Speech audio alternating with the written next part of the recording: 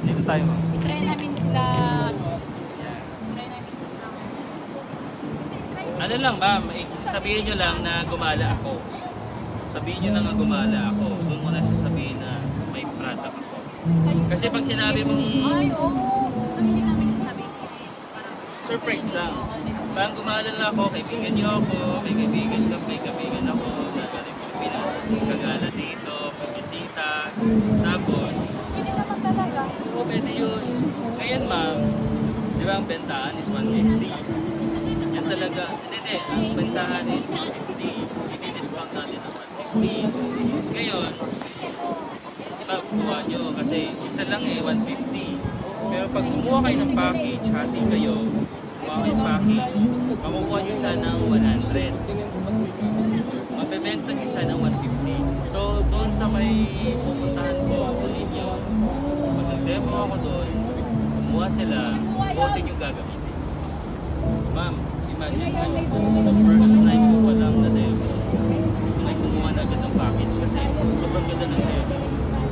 Lahat ng alak, lahat ng mga soft drinks, lahat ng mga malalakas na asin, kaya niyang utilize. Kaya kapag uminom ka ngayon, may tubig pa kayo na lang. Pag uminom ka ng 3, 5, na wala siyang overdosage, wala siyang side effects. Yan talagang bagay. Oo. Hindi, unahan nyo na. Ma'am, unahan nyo na. Pag may tubig kayo mamaya, unahan nyo na. Para pagdating, pagsita ko dun sa inyo, may resulta na agad. Nag-try kayo. Pero, pagtanong ko, May GC naman sa... may GC tayo.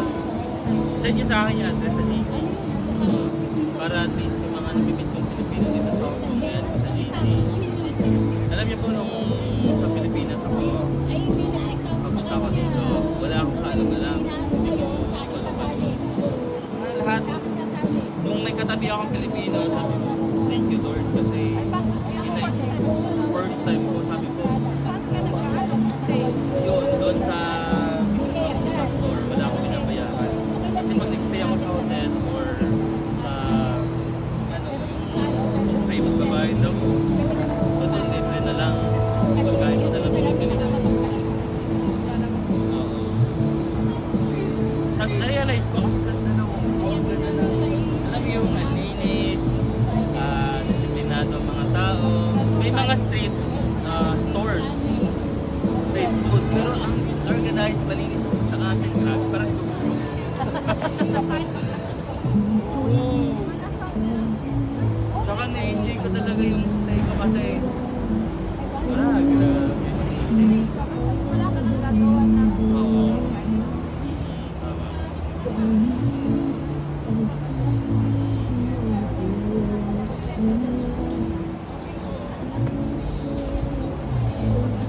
Ikaw, ma'am, ilang taon na sa dito sa 6 years.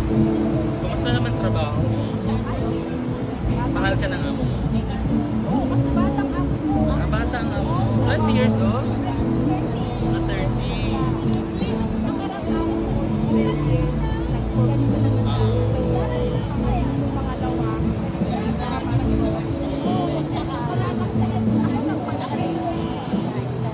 Wow, may picture kayo.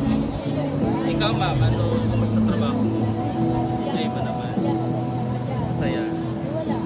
Pero alam nyo,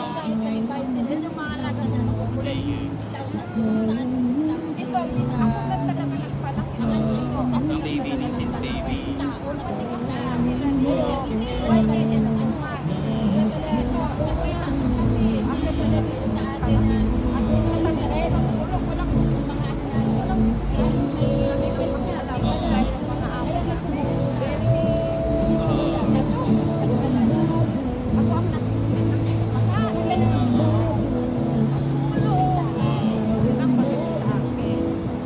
At least mahal ka ng amo. Hindi ka pinapakain. So may sarili kang pagkain. Mapagbigay. So ibig sabihin, pag nagluto sila, good for them lang.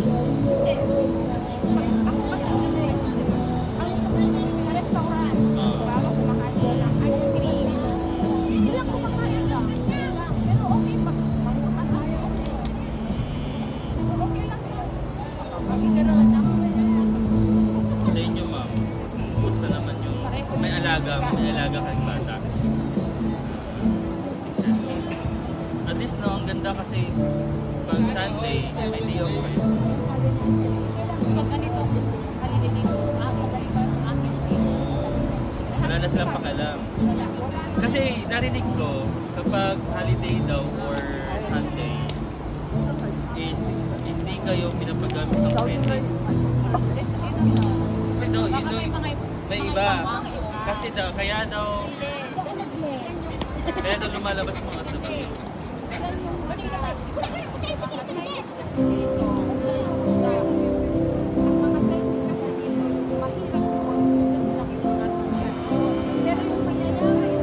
Hindi nila naiintindihan. So, depende sa amo.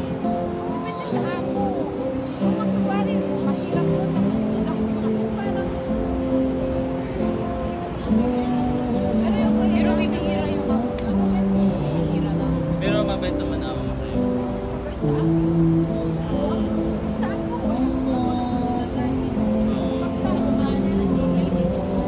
Pero hindi ka naman sinasaktan. Sa awa ng Diyos, mistake dito. Kaya magbinabig kayo. Yung contract yung 2 years, 2 years. So ilang years pwede kang maging resident? Pwede ako kasi alam ko pag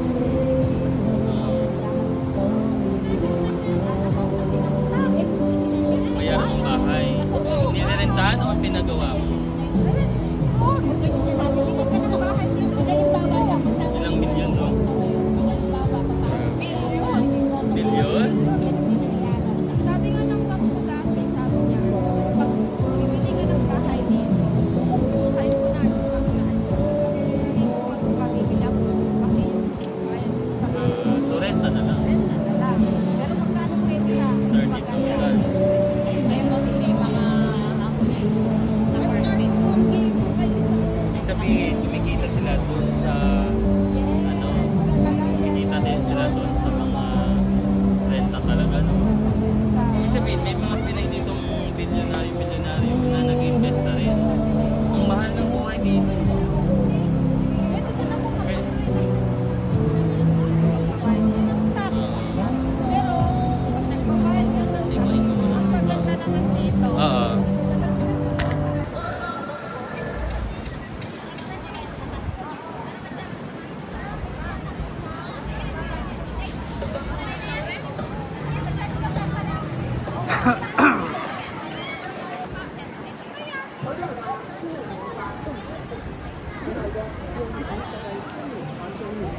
演一日洗3日，演出嚟啊，同化學演一樣咁上色，髮色仲 keep 到色。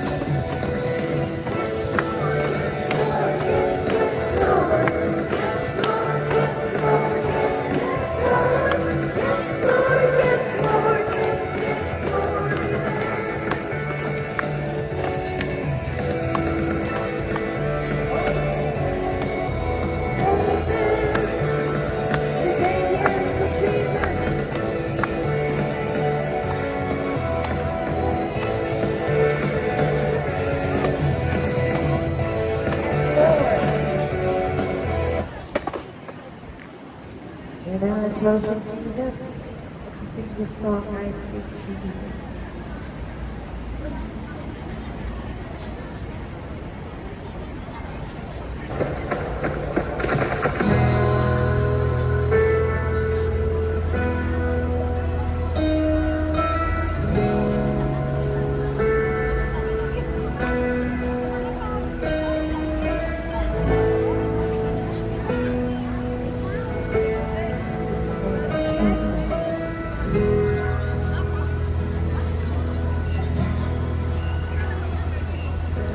I just want to speak the name of Jesus over every heart.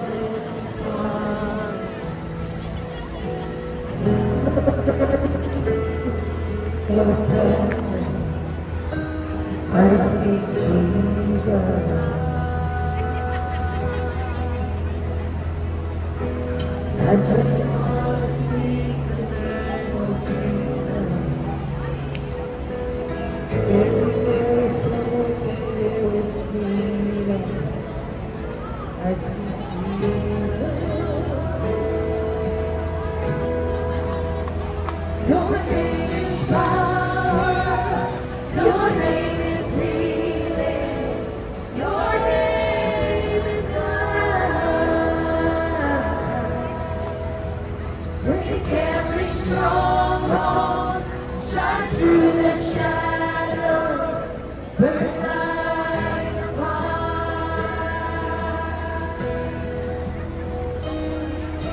I just want to speak the name of Jesus.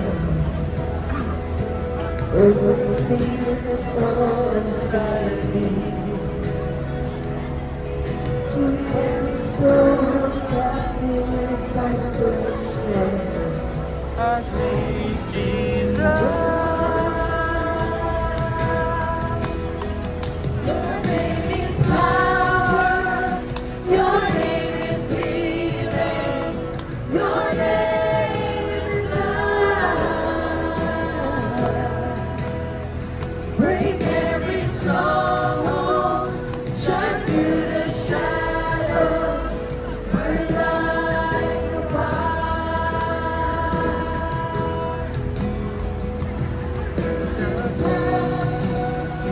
Your name is healing. Your name is love. Break every stronghold. Shine through the shadows. Burn like a fire.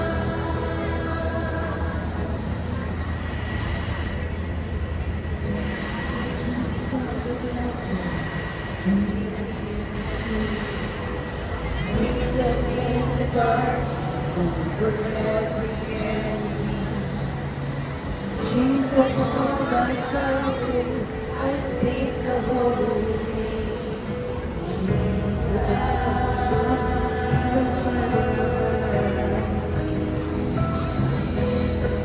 The mountains, Jesus in the streets, Jesus in the darkness over every enemy. Jesus for my family, I speak the holy name. Jesus.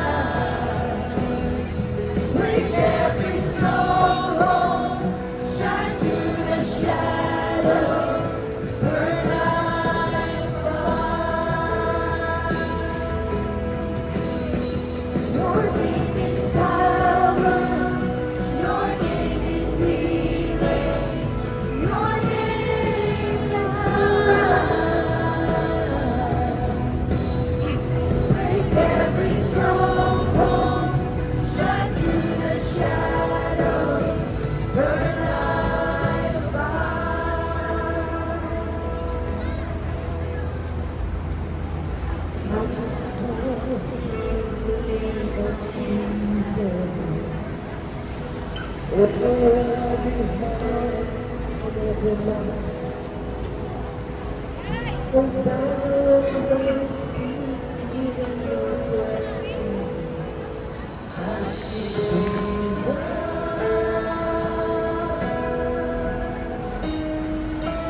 Yes, Lord, in the name of Jesus. Thank you, Lord, for your presence. Lord, we thank you, Lord, for this day that you have made for us, Lord, to gather in this place. We thank you, Jesus, and we bless you. Shout Jesus from the mountain, Jesus in the streets, Jesus in the darkness over every enemy. Jesus for my family, I speak the holy name. Jesus.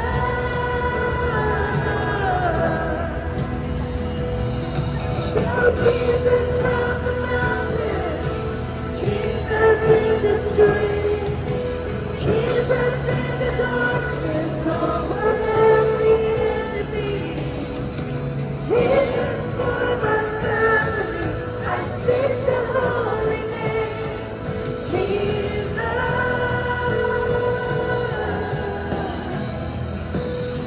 Shout Jesus from the mountains, Jesus in the streets, Jesus in the darkness over every enemy.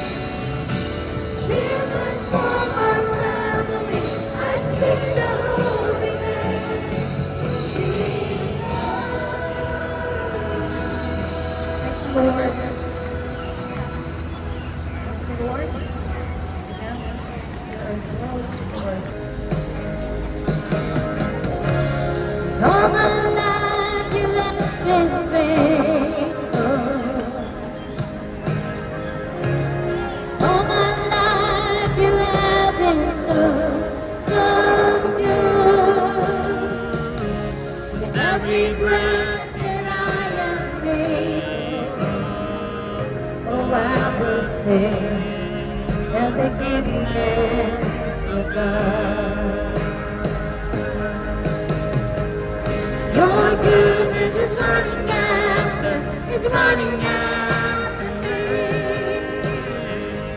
Your goodness is running after, it's running after me. When my life laid down, I surrender now. I give you everything. Your goodness is running after, it's running after me.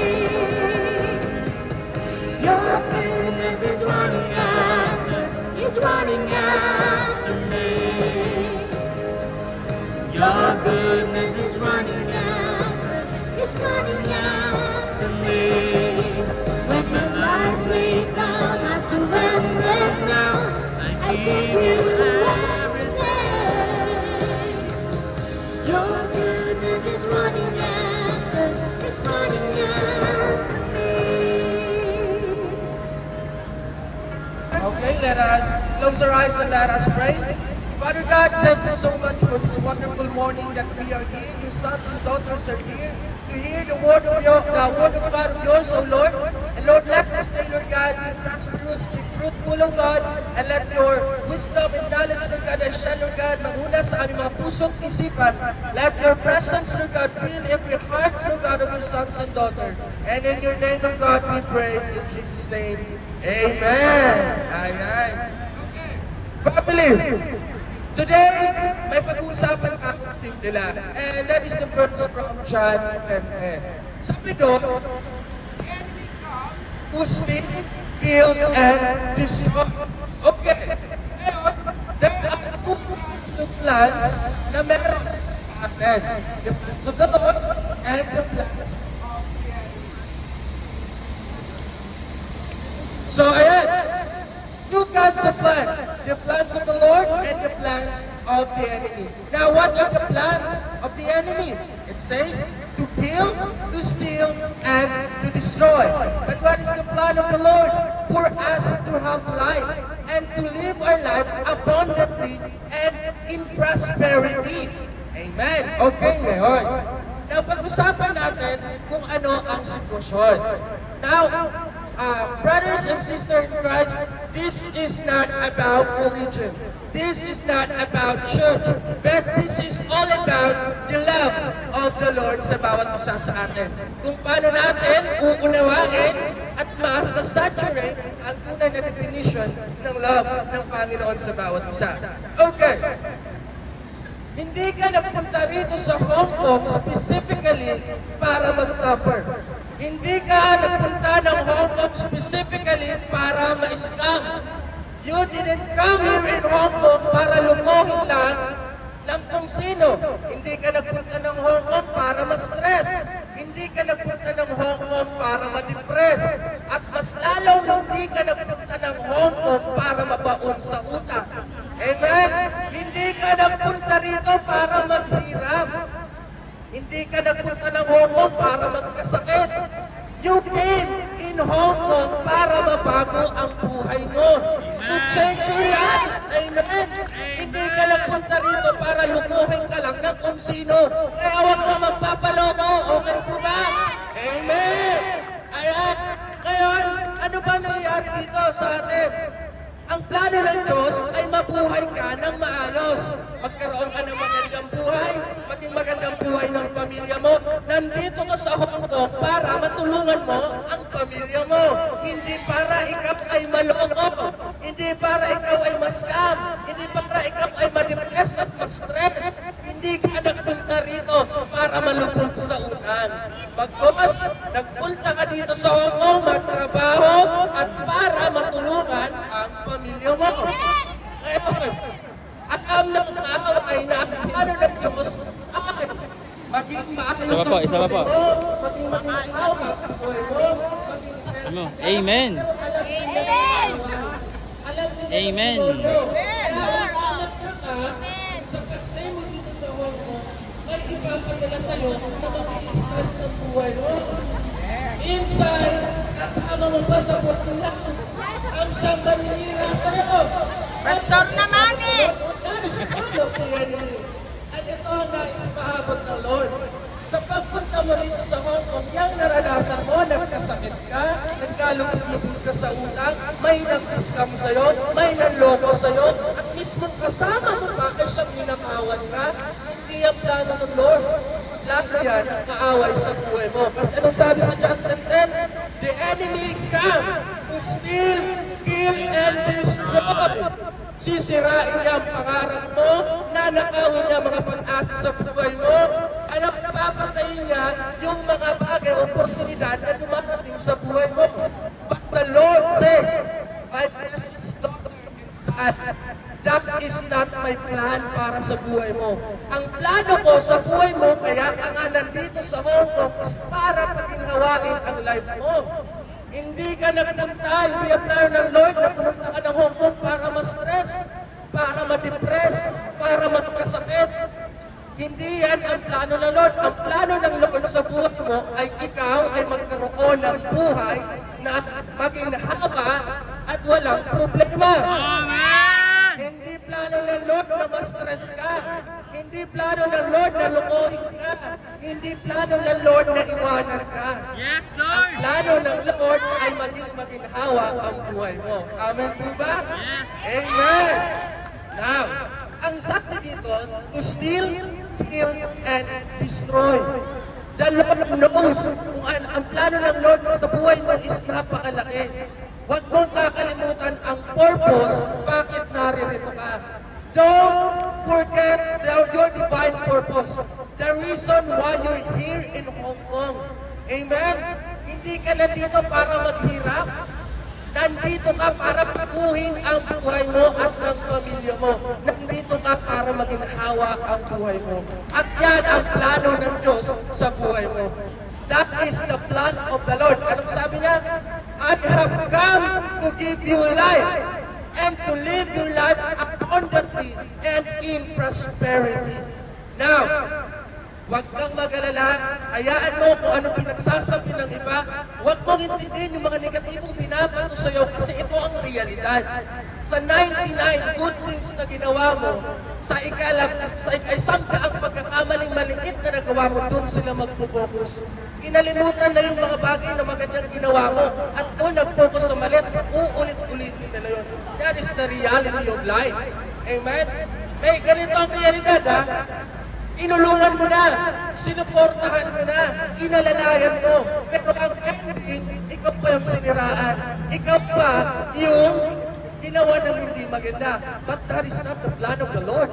That is the plan of the enemy. Because the plan of the Lord is magkaroon ka ng peace, magkaroon ka ng love, at magkaroon ka ng joy sa bawat buhay mo. That is the real plan of the Lord. And the Lord knew heart. Alam niya ang dalaman ng puso mo. Alam niya ang paghihirap mo. Alam niya ang bawat suffering na nararanasan mo. Alam niya kung sino yung mga nanlilibak sa'yo. Alam niya kung sino yung mga naninira sa'yo. At alam niya yung mga hindi totoong kaibigan na laging kasama mo. Kaya nga ano ang naisipaabot ng Lord? The Lord says in His Scripture, in the Bible, lumapit kayo, kayong mga nahihirapan at nabibigat ang lubha sa inyong mga pasanin, at kayo'y bibigyan ng kapahingahan. Hindi mo mahanap ang kapahingahan sa bar. Hindi mo mahanap ang peace sa inumin. Hindi mo mahanap ang kapahingahan at kapayapaan kung saan mang gilid. Mabibigay yun sa'yo sa pamamagitan ng pagmamahal ng Diyos. Amen? Amen? Tandaan natin to, my dear brothers and sisters in Christ. Hindi ang Diyos tumitingin sa nakaraan mo. Ang tinitingnan niya ngayon ay ang puso mo na nagnanais ng pagbabago. Ang puso mo na nagnanais ng kaginhawaan ng buhay. Pagpapala. Lahat tayo nagnanais ng breakthrough, promotion, elevation. We want breakthrough financially, physically, emotionally, and spiritually. At walang ibang susi para makamit yun, kundi ang paglapit sa Diyos. Kapatid, brothers and sisters in Christ, hindi ka iniwan ng Diyos.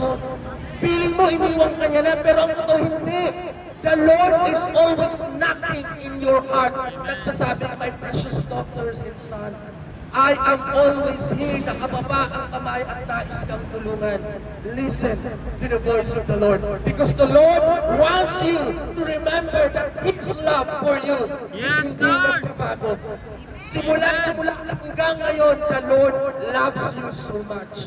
Hindi siya tumitingin sa kasalanan mo, because siya ay tumitingin sa puso mong nagnanais ng pagbabago. And the Lord will help you. Amen po ba? Amen. Good. Ang dami natin nararanasan. Sakit, nasakit sa bulsa, sakit sa katawan, problema sa pamilya. Ang dami nating problema. At isa lang ang solusyon dyan, lumapit tayo sa Panginoon. Amen. The Lord says in Jeremiah 29 verse 11, For I know the plans that I have for you, declares the Lord. Ano ang mga plano na yun? Para pagpalain ka, mabuhay ka ng maginawa at hindi ka mamroblema. But there is only one thing na dapat natin gawin. We must learn na lumapit sa Diyos. Ang sabi niya, halika, come to me, all you who are labor and weary, and I will give you rest. It is not a command. It is an invitation of God para lumapit ka sa Kanya, and all your burdens, lahat ng problema mo sa asawa mo, si Raulo, problema mo sa mga kaibigan mo, mga pasaway, problema mo sa kung sino, lahat ng yan ay susolusyonan ng Panginoon. Pagkat ang Diyos ay nakakapagbigay ng solusyon. Every impossible things in the eyes of men are possible in the hands of God. You believe that God is the creator of heaven and earth. Problema mo pa kaya?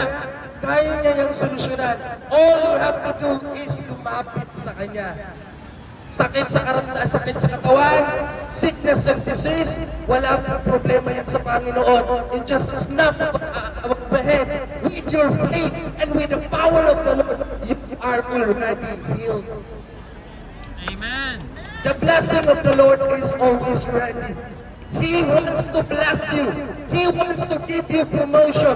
He wants to give you peace. He wants to give you acceleration financially, physically, emotionally, and spiritually.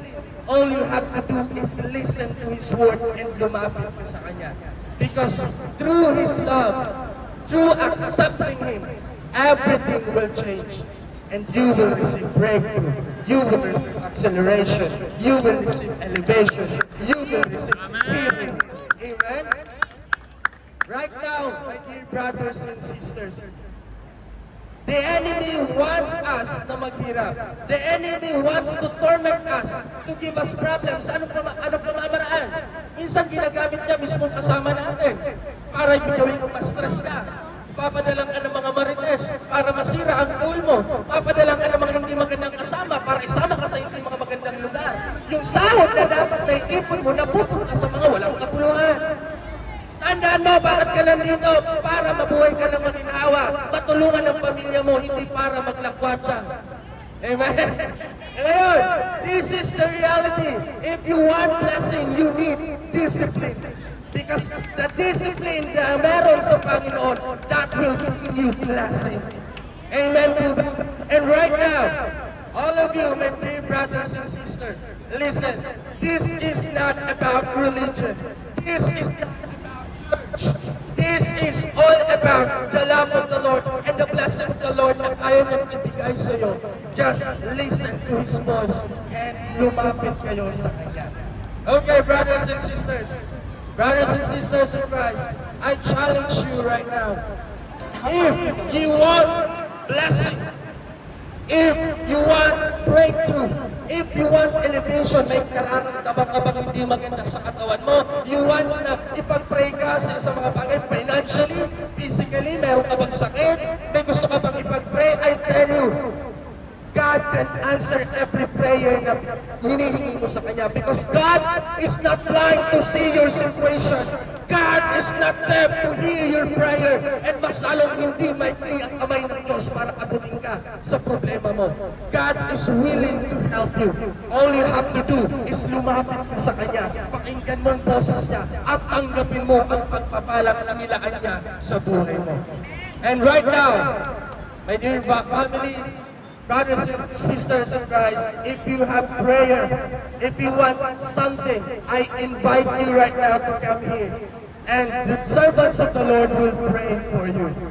Hallelujah, glory to God, praise Jesus. Everyone, kung ikaw man ay may nararamdaman, kung ikaw man ay may hindi magandang, may sakit ka man o karamdaman kahit ano, surrender it all to God. Ikaw ba ay nahihirapan? Ikaw ba ay may problema? Nabibigat ang lubha? Problema sa asawa? Problema sa mga kaibigan? Sa trabaho? Remember the word of the Lord. Come to me. Lumapit kayo at kayo ay bibigyan ng kapahinahan.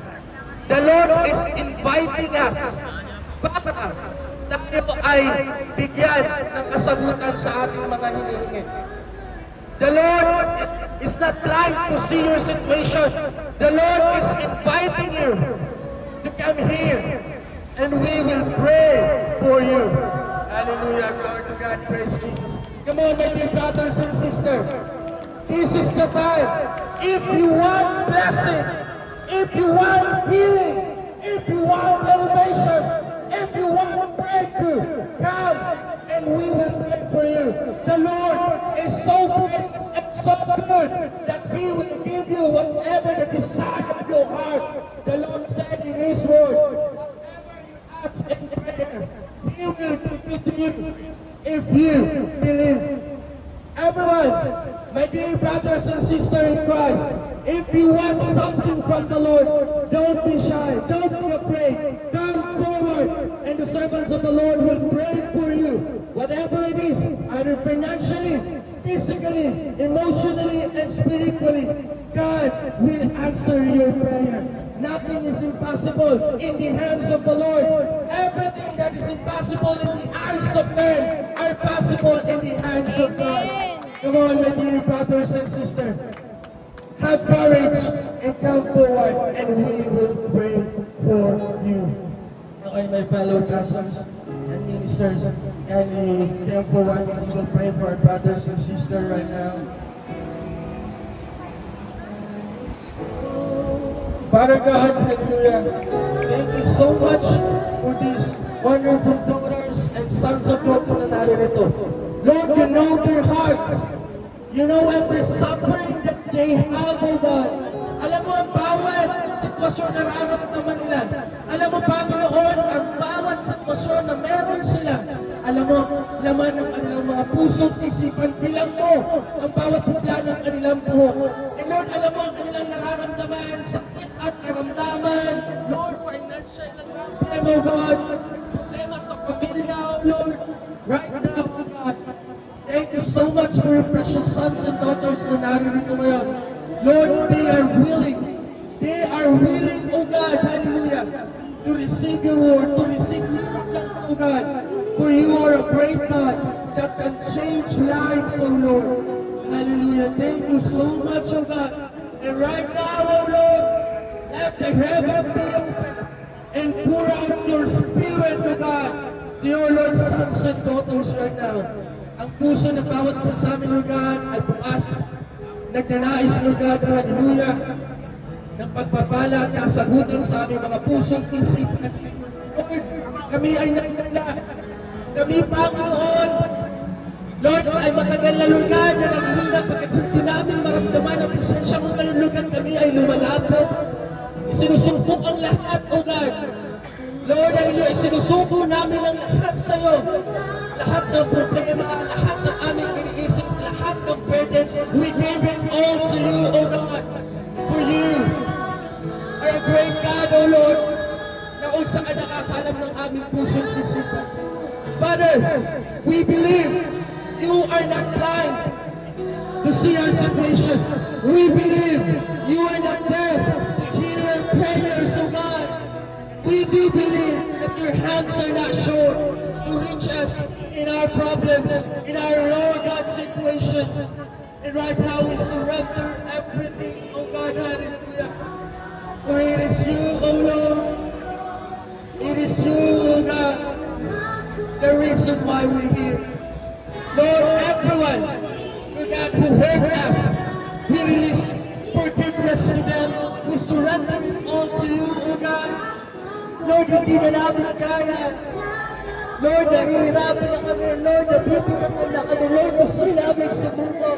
But thank you, Lord, for your word. For you are the source of our strength. You are the source, Lord God, of our energy, the reason. Bakit kami, Lord God, ay nagpapatuloy na magtrabaho? Lord, nalayo kami sa pamilya namin. Ang iba sa amin ay 5 years nang wala sa pamilya, 10 years, 15 years, 20 years nang malayo sa amin. Lord, you know every problems that we have, and right now we surrender it all to you.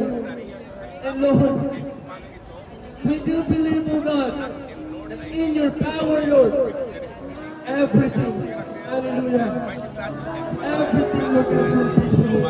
Through your power, through your blood, hallelujah. By the power of the name of Jesus, every limitation will be broken.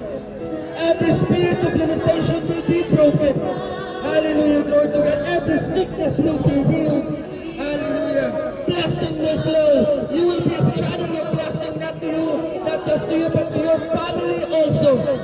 Everyone that surrounds you will receive blessing, will receive breakthrough, will receive acceleration. For you are God. You are a great God. Hallelujah. Praise the Lord. Glory to the living God. Yes, Father God. Thank you, Jesus. Sa'yo,